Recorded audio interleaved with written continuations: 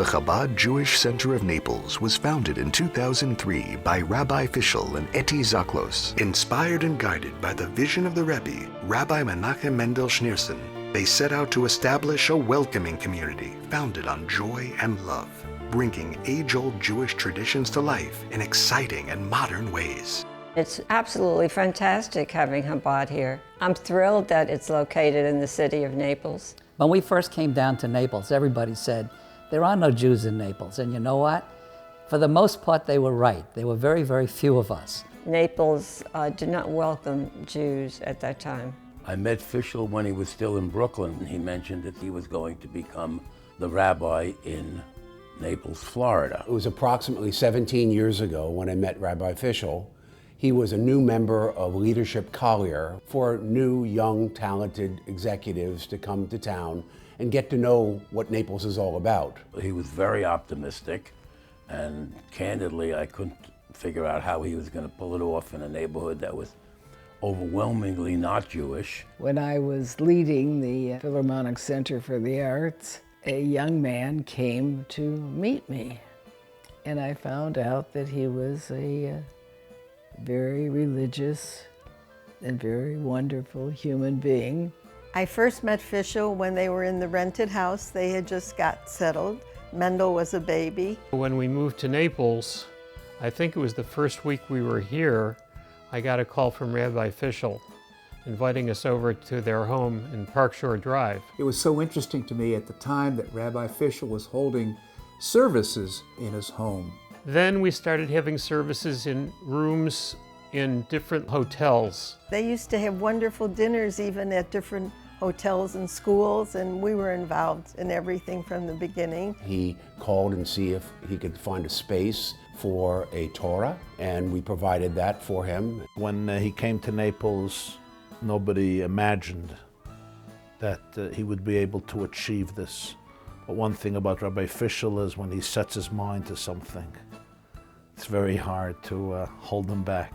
We saw an ad in the Naples News, and we went over, my wife and I, and said, wow, this looks like a good place. One of our previous locations was at the Naples Inn, and we had these services in a little room next to the swimming pool. On Saturday morning, you would see these people coming in with suits, and we had to walk by people sitting at a bar in their bathing suits. It was very weird to be going to services like that. There was no synagogue. We were going from hotel to hotel on Shabbos. I came early, set up the chairs and set up the tables so it would be presentable when the people came in. And finally we found a place on Seagate Drive in a strip mall, which gave us a larger room. We loved it, and we started to go back on a regular basis. I expected this wise older gentleman there, and there he was, young and energetic. He was at the storefront Chabad, which was up at Pine Ridge Seagate area. I knew then I was meeting a very special man. We were very much involved in helping him provide the venue for all of his philanthropic events. I started the men's club originally, and I provided food for the men every week, and that was the start of this Shabbos Kiddush. He called me and asked me to attend a Shabbat service. I politely declined. He called me again. He called me a third time, maybe a fourth or fifth time. Finally I went, and we began studying together and became friends. I found him interesting, warm, open-minded, intelligent. Place on Seagate Drive, it served as a transition, but it was clearly not going to be a permanent location. First of all, we were only renting anyway. It didn't really fit properly in that little space anymore. So the rabbi wanted to look around for a bigger place, and he enlisted the help of a few of us. And I worked with him in finding a building site. I can recall many locations that we went to that just weren't suitable. We found the church where we're now have the Chabad of Naples. When he told me he was going to buy this church and turn it into a Chabad for what I consider a huge, substantial amount of money. The problem was the price was too high. We really couldn't afford it. We kept looking. We were almost ready to buy some land on Pine Ridge Road. And fortunately, The night before we were going to make our down payment, the church contacted us and we were able to purchase the church. The price had come down and they took back some of the mortgage. We did provide somewhat the ability for him to do that through a founding effort. And we just, like being a part of it. I was excited, and yet there were many people in the congregation thought it was too big. As a member of Naples City Council, you can imagine how thrilled I was when the Chabad was able to find its permanent home within the geographical boundary of the city of Naples. Chabad has been accepted into the community. I was there when Governor Scott cut the ribbon for the new Chabad. It was so exciting to see, and I think that is really representative of how the community feels about the Chabad and what Rabbi Fishel has accomplished. I'd like to take this time to celebrate all that the Chabad Jewish Center in Naples has accomplished and the work it has done in our great community. Chabad of Naples has succeeded in being an oasis of Jewish life for people of all ages, from the very youngest to the very oldest. Chabad Naples is a beautiful community, a beautiful shul, and my dear friend Rabbi Fishel is a great leader. I had the opportunity to spend a Shabbat with Eti, with the kids. It is remarkable to see the great work that they are doing in Naples. Chabad is a very unique and spiritually and personally rewarding place to be. And that's why I've been there almost every Saturday for 15 years. I've been going to the Chabad since I was 6 years old, and I loved coming to the Chabad because it is a Jewish family and community filled with wonderful people. I'm impressed by the Chabad synagogue, and I try to support them financially when I can. It's very important. It's in a central location. It's in the city of Naples, and yet it's close to the people. He attracts people from Marco Island. We get visitors. The drive isn't very long from Marco Island, and it's worth the trip. It's all about family, it's all about love, it's all about shedding light onto the world. And for younger, I think it's fantastic. It's just the true form of the religion.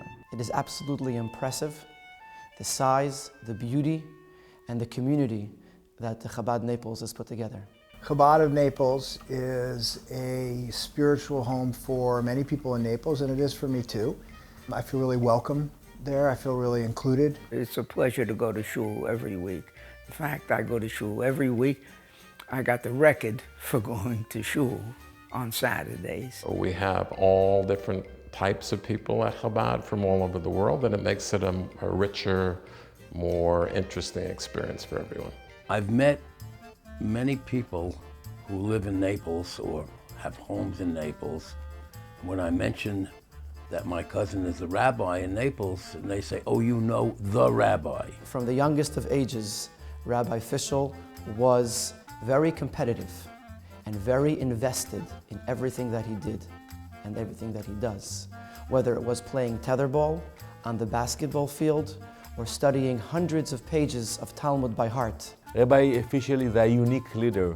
When you speak with him, you see his energy, his dedication, his devotion, his love to the people of Israel, to the land of Israel, to the Torah of Am Israel. He has character, he is a wonderful person, he has a good sense of humor, and he's very, very smart. His smile and the way he's always welcomes you to the synagogue. Anybody that meets him, does not matter what your religion is or your religious beliefs, and anybody that meets Fishel Zaklos, he just has that, makes you smile, okay, and he's just so personable. I think the gentleman is a genius. He's very smart, he's very personable, and he's about the best rabbi we've ever had. We support him emotionally, spiritually, and financially. Rabbi Zaklos helped me compile a beautiful service for my bat mitzvah. I worked very hard, and in the end, all my hard work paid off because he was with me throughout the whole entire journey, step by step. Rabbi Zaklos has a unique personality, and he engages with people. But what is most important, really, is his spirituality. A person who's a spiritual leader without telling you he's a spiritual leader. He's a person who is really comfortable in his own skin. Rabbi Fishel has had such a dramatic effect on people's lives through his spirituality and explaining to people how lessons from the Torah affect our everyday living. He's able to communicate about other things beyond our material physical existence, and I find that very interesting. He said, there's no good Jew, there's no bad Jew. There's just Jew. Because, you know, when you grow up and you're like, well, I'm a high holy day Jew and I only go to services then, I'm not really a Jew or whatever, I'm not a good Jew. And he had made a comment about that and I was like, wow, because I'd never heard that before. He is someone who doesn't just talk about what it means to be Jewish, but he lives it. My mother-in-law passed away, may she rest in peace. We were sitting Shiva at my sister-in-law's house in Boca Raton, and Rabbi Fishel drove all the way from Naples to Boca Raton, which is over a 2-hour drive, to make a Shiva call. And that's, you know, I think that speaks about who he is. He has endured many struggles during his youth. Some of the struggles and the pain that he experienced was very profound and excruciatingly difficult. I was a classmate of Rabbi Fishel's brother Yossi, of blessed memory.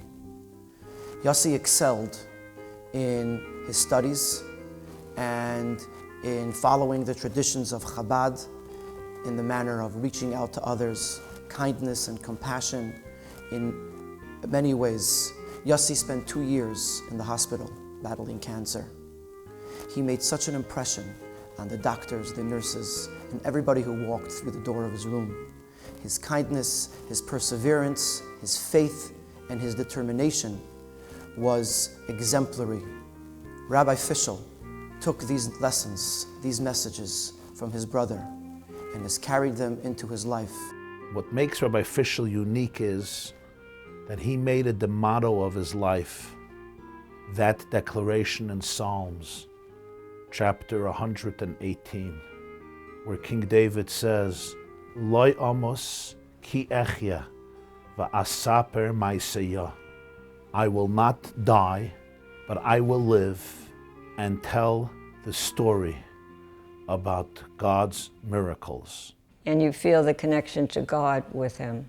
I think Hanukkah publicly, in a public place, which had not been done before, and bringing an awareness of the Jewish people in Naples, bringing them together and educating the non-Jewish community what Jewishness meant. I get a little worried at the Hanukkah celebration at Canberra when he lights the menorah, and it's always something different every year. We never know what we're going to get, but it always works out great. He comes up with the most creative, unique Hanukkah candle lighting ceremonies, and he always gives me advance notice, and he said, you know, can we count on you? I said, of course, of course. We were watching the mayor light the candle, and I remember him saying, who would think 30 years ago that this would be possible? The greatest thing about Rabbi Fishel is that he welcomes everybody. He's rigorous, he's observant, he's a mensch, does the right thing, tells great jokes.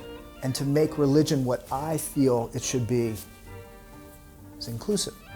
I've been at many events at the Chabad and Canberra Park and throughout Naples and Collier County, and I always look at him as being the most energetic and energizing person that I know. He displayed kindness. He displayed an in-depth knowledge of the human being and their feelings.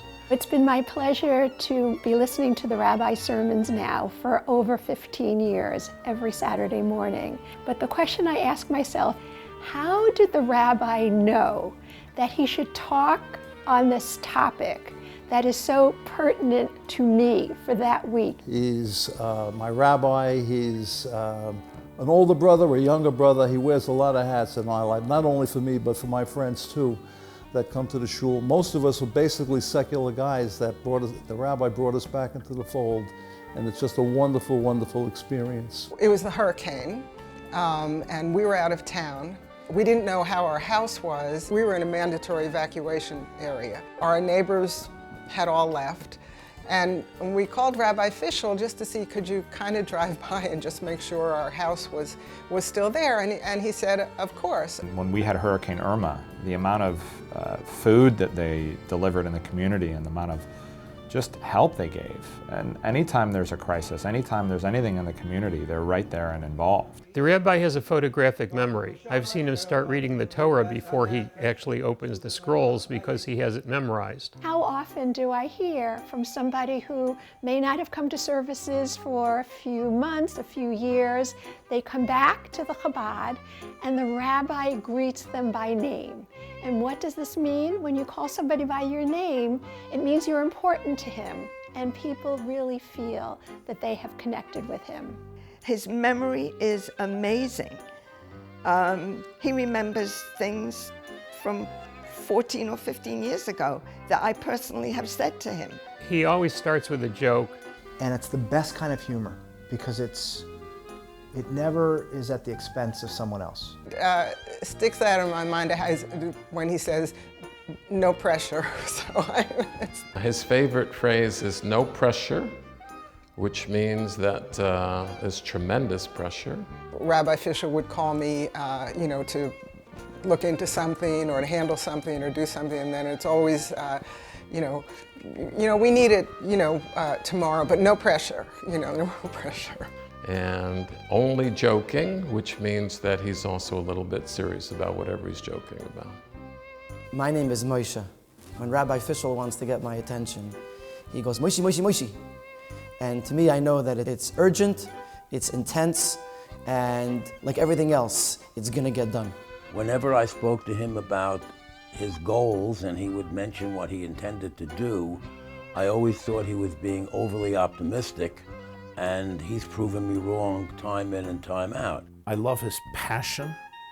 I love his quest for knowledge, truth, and wisdom. Maybe the greatest thing that I love is that in his personal life, he has seen failure, he has seen struggle, he has seen pain, and he made a decision to take all that he has seen and to learn how to transform his life and other people's lives into stories of happiness, success, and wholesomeness. I think he is extremely brilliant. I think he certainly picked the best wife he could have picked. She has added so much to his ideas, and together they have made a big difference in our community. How can you not welcome Rabbi Fishel and Ette? I mean, as soon as you meet them, they have a magnetic personality.